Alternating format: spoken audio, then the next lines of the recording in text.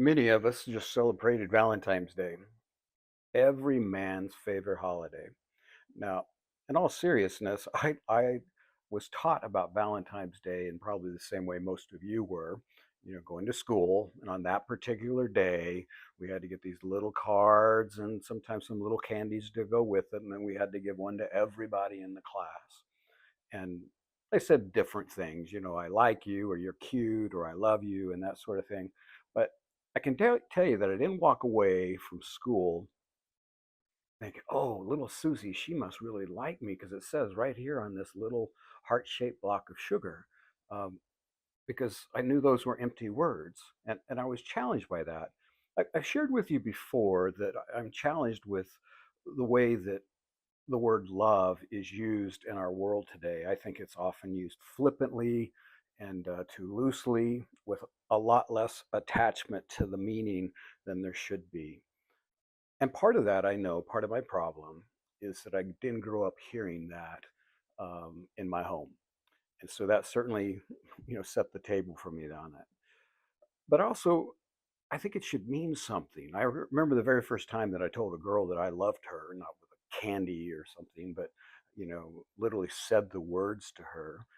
And I went on to explain that that really meant something to me, that those words were going to be followed up by the actions and my demonstration of care for her. And I think that's critically important. Scholars, Bible scholars, sometimes talk about this idea of first principle.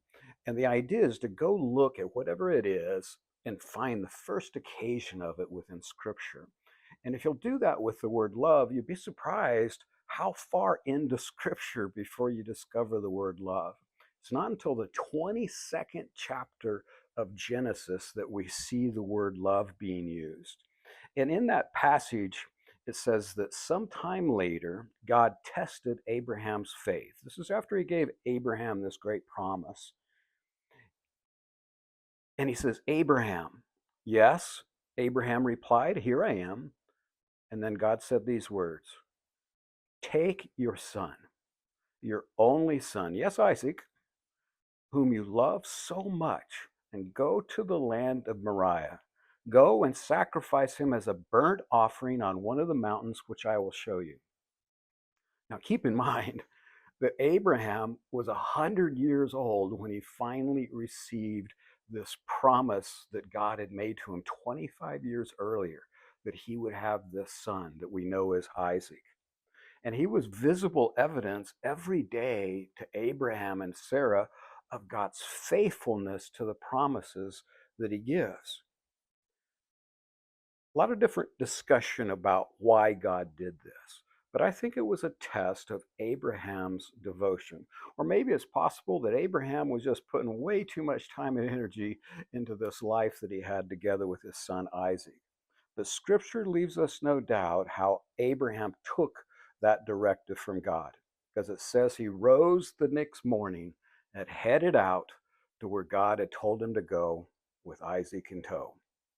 Now, the point I want you to have here is that love, from a biblical standpoint, is sacrificial.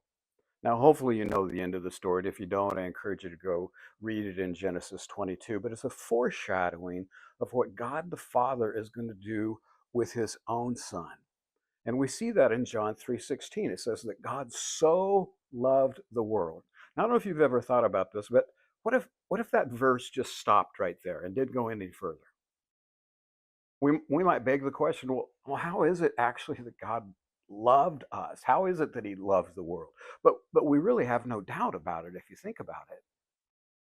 Because the verse goes on to say that he gave his only son. That's because God's love, biblical love, is sacrificial. In fact, when Jesus was preparing his own disciples for his departure in John 15, he said this is my commandment, he said. Love each other in the same way I have loved you.